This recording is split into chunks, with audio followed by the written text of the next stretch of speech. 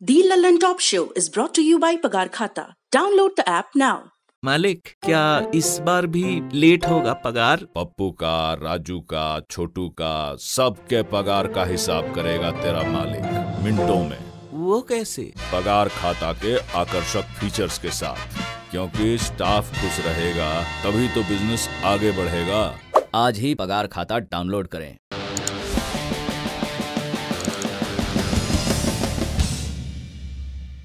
नमस्ते, मैं हूं सौरभ और आप देख रहे हैं दी लल्लन टॉप शो।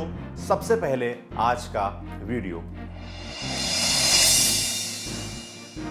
आज एक नहीं कई वीडियो दिखाएंगे, क्योंकि एक जैसे ही देश के कई हिस्सों से वीडियो आ रहे हैं। शमशान घाट के वीडियो आ रहे हैं जहां लाशें कतारों में रखी हैं। इतने ज्यादा शव पहुंच रहे हैं कि शवों को जलाने वाले और जलाने की जगह कम पड़ रही है, लकड़ियां कम पड़ रही हैं। अस्पतालों से तस्वीरें आ रही हैं जहां मरीजों को भर्ती करने के लिए जगह नहीं है। एक एक बेड के लिए मारामारी चल रही है। राजधानी दिल्ली में कोई अपने मरीज को भर्ती करवाने के लिए सारे जतन कर रहा है, लेकिन बमुश्किल अस्पतालों में बेड मिल रहा है। सोशल मीडिया पर कोई अस्पताल में दाखिले के लिए, कोई किसी अपने को बचाने के लिए प्लाज्मा के लिए मदद मांग रहा है। गुजरात से तस्वीरें आ रही हैं जहां रेमडेसिविर के इंजेक्शन के अस्पतालों के बाहर लंबी लंबी लाइनें दिखती हैं। सोशल मीडिया पर अपनों की मौत वाली पोस्टों की भरमार दिखती है। बढ़ते कोरोना मामले के सामने पूरा सिस्टम लाचार सा लगता है, लेकिन फिर हमें वो वीडियो भी मिलते हैं जिन्हें देखकर लगता है जैसे कोरोना तो है ही नहीं। हजारों की भीड़ जुटती है, कोई मास्क की पाबंदी नहीं, कोई सोशल डिस्टेंसिंग नहीं है, और इन रैलियों को वही नेता संबोधित करते हैं जो दिल्ली में बैठकर कोरोना पर गंभीर चिंता जाहिर करते हैं। और इसमें किसी एक पार्टी की बात नहीं है, हर पार्टी की चुनावी रैलियों का यही हाल है। हमें कुंभ के वो वीडियो भी दिखते हैं जिनमें सैकड़ों साधु एक साथ होते हैं। ज्यादातर के चेहरों पर मास्क नहीं होता है। कुंभ के कोरोना पॉजिटिव केस भी आते हैं, फिर भी कोई बहुत पाबंदी नहीं होती है। ये सब देखकर लगता है कि कैसे दौर में हैं हम, जहां एक बीमारी का डर भी जगह, काल और परिस्थितियों के हिसाब से सरकारें तय करती हैं। जिस बीमारी से लाशों का अंबार लग रहा है, उसको लेकर किसी दूसरे मौके पर सरकारें बेफिक्र कैसे हो सकती हैं? ये वीडियो आपने देखे।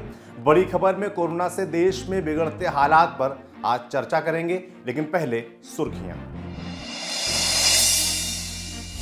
पहली सुर्खी वैक्सीन को लेकर। वैक्सीन की कमी वाली खबरों के बीच एक राहत की बात आई है। देश में अब तीसरी वैक्सीन को इमरजेंसी यूज की परमिशन जल्द मिल सकती है, और ये रूस की स्पुतनिक वी वैक्सीन है। इस वैक्सीन का भारत में ट्रायल करवा रही है डॉक्टर रेड्डीज लेबोरेटरीज कंपनी। इसने drug controller general of India से वैक्सीन के इमरजेंसी यूज की परमिशन मांगी थी। इस पर central drugs standard control organisation यानी CDSCO की सब्जेक्ट एक्सपर्ट कमेटी ने अपनी सिफारिश भेज दी है। सूत्रों के मुताबिक स्पुतनिक को परमिशन देने के पक्ष में रिपोर्ट भेजी गई है। इस पर अंतिम फैसला अब drug controller general of India को लेना है, और ये लगभग तय है कि अब स्पुतनिक को परमिशन मिल जाएगी। अभी तक भारत में सीरम इंस्टीट्यूट की कोविशील्ड और भारत बायोटेक की कोवैक्सीन ही लगाई जा रही है। दूसरी सुर्खी सुप्रीम कोर्ट से है। सुप्रीम कोर्ट ने आज कुरान से 26 आयतें हटाने की मांग वाली याचिका खारिज कर दी है। शिया वक्फ बोर्ड के पूर्व चेयरमैन वसीम रिजवी ने ये याचिका दायर की थी। अपनी याचिका में वसीम रिजवी ने कहा था कि इस्लाम बराबरी और सहिष्णुता वाला धर्म है, लेकिन 26 आयतों का गलत अर्थ निकाला जाता है और इस आधार पर इस्लाम को इसकी बुनियाद से भटकाया जाता है। वसीम रिजवी की याचिका पर मुस्लिम धर्म गुरु भी खूब विरोध कर रहे हैं। पिछले हफ्ते वसीम रिजवी के खिलाफ यूपी के बरेली में धार्मिक भावनाओं को भड़काने के मामले में केस दर्ज हुआ था। आज सुप्रीम कोर्ट में वसीम रिजवी के वकील ने कहा कि मदरसों में ये आयतें पढ़ाई जाती हैं, छात्रों को इससे मिसगाइड किया जाता है। यही आयतें पढ़ाकर और समझाकर अंतर्राष्ट्रीय स्तर पर आतंकी तैयार किए जाते हैं। लेकिन justice RF Nariman, BR Gavai और ऋषिकेश रॉय की बेंच ने यह याचिका खारिज कर दी। सुप्रीम कोर्ट ने इसे निराधार मांग बताया। 50,000 रुपए का जुर्माना भी लगा दिया है। तीसरी सुर्खी किसान प्रदर्शनों में हुई हिंसा मामले को लेकर है। पंजाबी कलाकार दीप सिद्धू की जमानत पर एक बार फिर सुनवाई टल गई है। दिल्ली के 30 हजारी कोर्ट में दीप सिद्धू की तरफ से जमानत अर्जी लगाई गई है। आज दिल्ली पुलिस ने सिद्धू को जमानत दिए जाने का विरोध किया। दिल्ली पुलिस के वकील ने आज कोर्ट में दीप सिद्धू के वीडियोस का हवाला दिया और कोर्ट को बताया कि इसका इरादा राष्ट्रीय झंडे का अपमान करना और हिंसा फैलाना था। कोर्ट ने इस मामले में 2 दिन में लिखित सबमिशन फाइल करने को कहा है। 15 अप्रैल को इस मामले पर फिर से सुनवाई होगी। पिछली सुनवाई में दीप सिद्धू ने कहा था कि उसका कसूर बस इतना है कि वो गलत वक्त पर गलत जगह पर था। 26 जनवरी को ट्रैक्टर रैली के दौरान हिंसा भड़काने और लाल किले पर धार्मिक झंडा फहराने के मामले में दीप सिद्धू को पुलिस ने आरोपी माना है। तो ये थी सुर्खियां। आप चलते हैं आज की बड़ी खबर पर। दिल्ली मुंबई के साथ साथ अब यूपी, बिहार, ओडिशा और झारखंड जैसे राज्यों में भी कोरोना का कहर बढ़ता जा रहा है। हर रोज संक्रमितों की संख्या एक नया रिकॉर्ड बना रही है। अस्पतालों में बेड नहीं मिल रहे, लंबी लंबी वेटिंग लाइन लगी हुई है। कोरोना की दूसरी लहर की भयावहता का अंदाजा इसी से लगाया जा सकता है कि अस्पताल तो अस्पताल, शमशान घाटों पर भी लंबी वेटिंग लगी हुई है। जिन शमशान घाटों पर अंतिम संस्कार के लिए 2 या 3 प्लेटफॉर्म बनाए गए थे, वहां अब 40 से 50 प्लेटफॉर्म बनाए जा रहे हैं ताकि शमशानों से भीड़ कम की जा सके। और जहां से भीड़ कम करने में किसी की कोई दिलचस्पी नहीं है, वो है चुनावी रैलियां। चुनावी रैलियों में जमकर भीड़ इकट्ठा नजर आ रही है और जो नहीं नजर आ रहा है वो है कोरोना की गाइडलाइंस। ना कहीं किसी को मास्क की सुध है और ना ही कहीं सोशल डिस्टेंसिंग नजर आ रही है। देश के गृह मंत्री और प्रधानमंत्री जो एक तरफ पूरे देश से 2 गज की दूरी और मास्क है जरूरी की अपील करते हैं, वही अपनी रैलियों में इसका पालन नहीं कर रहे हैं। आंकड़ों की बात करें तो बीते 24 घंटों में कोरोना के 1,68,000 नए मामले सामने आए, जबकि कोरोना से 904 लोगों की मौत हुई। देश भर के कोरोना के कुल सक्रिय मामलों की संख्या 12 लाख को पार कर गई है। देश में कोरोना संक्रमण के अब तक कुल 1,35,00,000 मामले दर्ज किए जा चुके हैं, जबकि कोरोना से मरने वालों की कुल संख्या 1,70,000 के पार चली गई है। भारत अब ब्राजील को पीछे छोड़ दूसरा सबसे बड़ा कोरोना प्रभावित देश बन गया है। कोरोना का कहर सुप्रीम कोर्ट परिसर में भी पहुंच गया है। कई कर्मचारियों की कोविड टेस्ट रिपोर्ट पॉजिटिव आई है, जिसके बाद एहतियात के तौर पर सभी कोर्ट रूम सहित पूरे सुप्रीम कोर्ट परिसर का सैनिटाइजेशन किया जा रहा है। इस वजह से सभी बेंच की कार्रवाई 1 घंटा देरी से शुरू हुई। सुप्रीम कोर्ट सूत्रों के मुताबिक महामारी के चलते सुप्रीम कोर्ट में न्यायिक कामकाज प्रभावित नहीं होगा। सुप्रीम कोर्ट के अलावा अलग अलग हाई कोर्ट से भी इस तरह की खबरें आई। दिल्ली हाई कोर्ट के 3 जजों के कोरोना पॉजिटिव आने के बाद बार काउंसिल का दफ्तर 20 अप्रैल तक के लिए बंद कर दिया गया है, जबकि इलाहाबाद हाई कोर्ट में अब सभी मामलों की सुनवाई वर्चुअल होगी। अब बात करते हैं अस्पतालों में बेड्स की उपलब्धता की। कोरोना की बढ़ती रफ्तार के साथ ही अस्पतालों में संकट खड़ा हो गया है और अब कई जगहों पर बेड्स की कमी देखने को मिल रही है। राजधानी दिल्ली में एक दिन में 10,000 से अधिक नए मामले सामने आ रहे हैं, जिसका साफ साफ अस्पतालों में असर नजर आ रहा है। दिल्ली सरकार की कोरोना ऐप के मुताबिक 12 अप्रैल को दोपहर 1 बजे तक 17 बड़े प्राइवेट अस्पतालों में उपलब्ध कोरोना बेड्स की संख्या 0 को छू गई थी। यानी इन अस्पतालों में अब सामान्य कोरोना मरीज के लिए एक भी कोरोना बेड उपलब्ध नहीं है। आज मुख्यमंत्री अरविंद केजरीवाल ने समीक्षा बैठक कर अस्पतालों में और बेड बढ़ाने के निर्देश दिए हैं। केजरीवाल ने कहा कि कई सरकारी और प्राइवेट अस्पतालों को फिर से कोविड अस्पताल बनाया जाएगा। दिल्ली के स्वास्थ्य मंत्री सत्येंद्र जैन ने कहा कि पिछले साल नवंबर में सरकारी और निजी अस्पतालों में 18,000 कोविड बेड बनाए गए थे। सरकार एक बार फिर उसी स्तर की तैयारियां कर रही है। दिल्ली के अलावा महाराष्ट्र भी अस्पतालों में बेड्स की कमी से जूझ रहा है। एक्टिव और नए कोरोना केसेस के मामले में महाराष्ट्र टॉप पर है। बीते दिन जब मुख्यमंत्री उद्धव ठाकरे ने अपनी कोर टीम के साथ मीटिंग की, तब आंकड़ा आया कि प्रदेश में 75% आईसीयू बेड्स फुल हैं। इतना ही नहीं, महाराष्ट्र में करीब 1 दर्जन जिले ऐसे हैं जहां पर बेड्स खाली बचे ही नहीं हैं। इन हालातों को देखते हुए महाराष्ट्र में लॉकडाउन की चर्चा एक बार फिर से जोर पकड़ने लगी है। शिवसेना ने अपने मुखपत्र सामना में लिखा है कि अगर इस कोरोना श्रृंखला को तोड़ना है तो लॉकडाउन के अलावा और कोई विकल्प नहीं है। जबकि विपक्षी दल बीजेपी ने अर्थव्यवस्था को नुकसान होने की बात कहते हुए इसका विरोध किया है। राज्य में कोविड मामलों से जुड़ी टास्क फोर्स ने कम से कम 14 दिन का लॉकडाउन लगाने की अपील की है, जिस पर मुख्यमंत्री उद्धव ठाकरे को फैसला लेना है। लॉकडाउन को लेकर मुख्यमंत्री उद्धव ठाकरे और उप मुख्यमंत्री अजित पवार ने आज बैठक की। माना जा रहा है कि 14 अप्रैल को होने वाली कैबिनेट मीटिंग में लॉकडाउन को लेकर फैसला हो सकता है। तेजी से बढ़ते कोरोना केसेस के बीच यूपी में भी इंतजाम नाकाफी साबित हो रहे हैं। उत्तर प्रदेश के स्वास्थ्य मंत्री जय प्रताप सिंह ने स्वीकार किया है कि राज्यों में बेड्स की कमी है। उन्होंने कहा कि हमें उम्मीद नहीं थी कि इतने केस आ जाएंगे, इसलिए हम पूरी तरह से तैयार नहीं थे। स्वास्थ्य मंत्री ने कहा कि सरकार के साथ साथ प्राइवेट अस्पतालों में भी बेड्स की संख्या बढ़ाई जा रही है। बीते 24 घंटों में उत्तर प्रदेश से कोरोना के 13,685 नए मामले सामने आए हैं, जबकि 72 लोगों की मौत हुई है। राज्य में सबसे बुरी स्थिति राजधानी लखनऊ की है, जहां अस्पताल से लेकर शमशान तक मारामारी मची हुई है। लखनऊ से हर रोज 4000 से अधिक नए मामले सामने आ रहे हैं।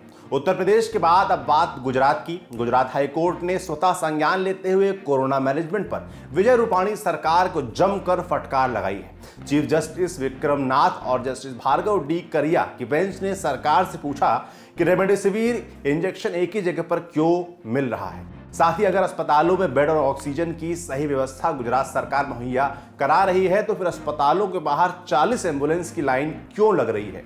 कोर्ट ने कहा कि सूबे के लोग समझ रहे हैं कि वो भगवान भरोसे हैं। सरकार कुछ तो ऐसा करे कि जिससे लोगों को एहसास हो कि सरकार कुछ कर रही है।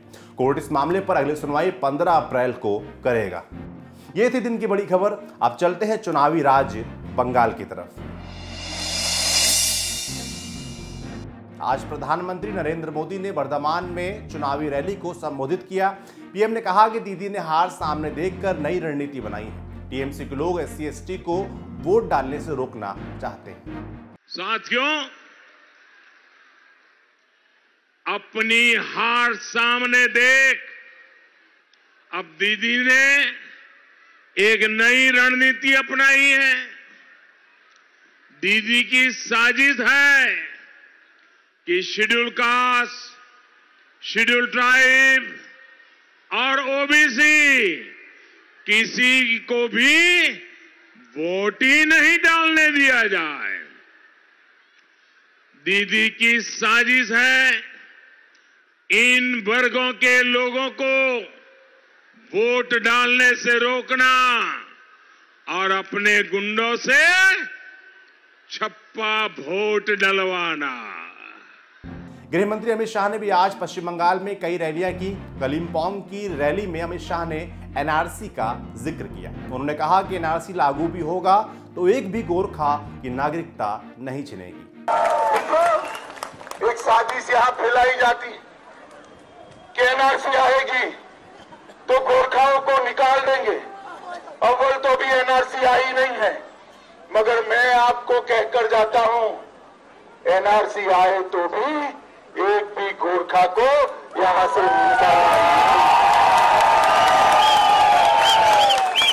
टीएमसी वाले झूठ बोलते हैं। टीएमसी वाले कहते हैं कि एनआरसी आएगी, एनआरसी आएगी, एनआरसी आएगी। पश्चिम बंगाल की मुख्यमंत्री ममता बनर्जी ने भी आज कई चुनावी रैलियां की। नडिया की रैली में ममता बनर्जी ने एनआरसी को लेकर बीजेपी को घेरने की कोशिश की। ममता ने लोगों से कहा कि एनआरसी से क्या हुआ, असम में 14,000 लोगों को जेल में डाल दिया गया। ममता ने सीआईएसएफ फायरिंग मामले का भी जिक्र किया।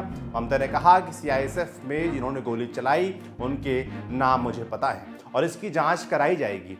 ममता ने कहा कि फोर्स को उकसाया जा रहा है और ये अमित शाह ने प्लान किया था। पश्चिम बंगाल में 4 चरण की वोटिंग हो चुकी है। 5वें चरण में 17 अप्रैल को वोटिंग है। ललन टॉप की टीम भी चुनाव कवरेज के लिए पश्चिम बंगाल में है। केंद्रीय पेट्रोलियम मंत्री धर्मेंद्र प्रधान से बातचीत का हिस्सा सुन लीजिए। पॉलिटिक्स, खासतौर पर इलेक्शन के इतर, जैसे ममता बनर्जी जी एनडीए का हिस्सा रही तो हम लोग वो पॉलिटिकल एनेक्डोट सुनते रहते हैं कि वो हर दूसरे दिन नाराज़ हो जाती थी तो वाजपेयी साहब इधर आ गए, उनके घर चले गए कि आपकी लड़की बहुत परेशान करती है। या जैसे मोदी जी ने भी जिक्र किया कि दीदी हमारे लिए कुर्ते भिजवाती हैं। तो आपका पर्सनल एक्सपीरियंस, आप ममता बनर्जी से कई बार मिले होंगे और आप कह रहे हैं कि मैं पहले भी आता रहा, आपका पर्सनल एक्सपीरियंस कैसा रहा? क्या ट्रांसफॉर्मेशन देखा उन्होंने? देखिए, दीदी 2004 में अकेली लोकसभा जीत के गई एनडीए की हिस्से से। तब यहाँ लेफ्ट खूब जीत के गए थे।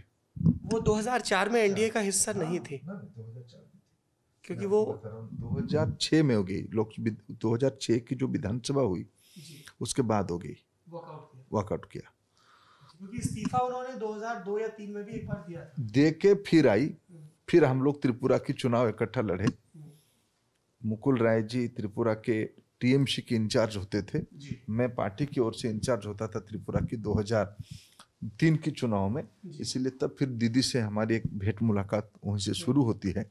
तो 2004 में वो एमपी बन के जाती है मैं भी एक नया एमपी बन के वहाँ पहुँचता हूँ, तो मैं दीदी के पीछे सीट में बैठता था। दीदी अकेली जब लेफ्टिस्टों के साथ लड़ते थे, कांग्रेस के साथ लड़ते थे, तो मैं दीदी के साथ प्रजातांत्रिक मूल्य बंगाल में बरकरार रहे दीदी की लड़ाई में उनके साथ होता था। फिर जो नंदीग्राम की बहुचर्चित नंदीग्राम की बात आया, नंदीग्राम में तब दीदी हमसे एनडीए छोड़ के बाहर जाने वाली थी, जा रही थी, इस फेज था, लेकिन नंदीग्राम की लड़ाई में बीजेपी भी था। एक बार दीदी यहाँ कोई अस्वस्थ होके कोई एक हॉस्पिटल में शहर में थी, आदरणीय स्वर्गीय सुषमा जी के साथ हम लोग आए थे। फिर हम लोगों को नंदीग्राम जाना था। हम दीदी के साथ मिलके दीदी ने वहीं से हम लोगों को कहा कि वहाँ शुभेंदु अधिकारी है, हमारी पार्टी का कार्यकर्ता, मेरा छोटा भाई, आप उसको मिलिए, वो सारा आपको घुमाएगा नंदीग्राम की जो पीड़ित इलाका है। फायरिंग तब हो चुका था। हम वहीं से दीदी को जानते हैं, दीदी के साथ लोकसभा में भी रहे। बाद में जब मैं केंद्रीय सरकार की भूमिका में रहा, तब भी मैं दीदी को यहाँ बंगाल के विकास के कामों को लेके मिलने के लिए आई। देखो, व्यक्तिगत संपर्क तो एक अलग विषय है, दीदी के साथ वो है, रहेगा, आगे भी रहनी चाहिए, लेकिन मूल विषय बंगाल की विकास, बंगाल की तरक्की। 10 साल उनको जिम्मेदारी मिला, बंगाल की जनता ने उनको 10 साल भरोसा किया, 2 बार बहुत बड़े बड़े मतों से उनको जिताया। और 10 साल लंबे समय होता है। जिन्होंने 34 साल में नहीं किया, बंगाल उसको भुगता। उससे और आगे खराब ये पिछले 10 साल में हुई है। दीदी आज बंगाल की दिशाहीनता की, अपार संभावना के राज्य बंगाल की युवाओं की, महिलाओं की, गरीबों की आकांक्षा को पीछे ले जाने के लिए प्रमुख जिम्मेवार है। इसलिए इस चुनाव में एक बहुत बड़ा उत्तर बंगाल की जनता दे रहा है। ये सारे इंटरव्यू आप लल्लन टॉप के YouTube चैनल और बाकी प्लेटफॉर्म्स पर देख सकते हैं। लिंक आपको इस वीडियो की डिस्क्रिप्शन में मिल जाएगा। आज के लल्लन टॉप शो में बस इतना ही। अपना और अपनों का खास ख्याल रखिए। बाकी देखते रहिए दी लल्लन टॉप।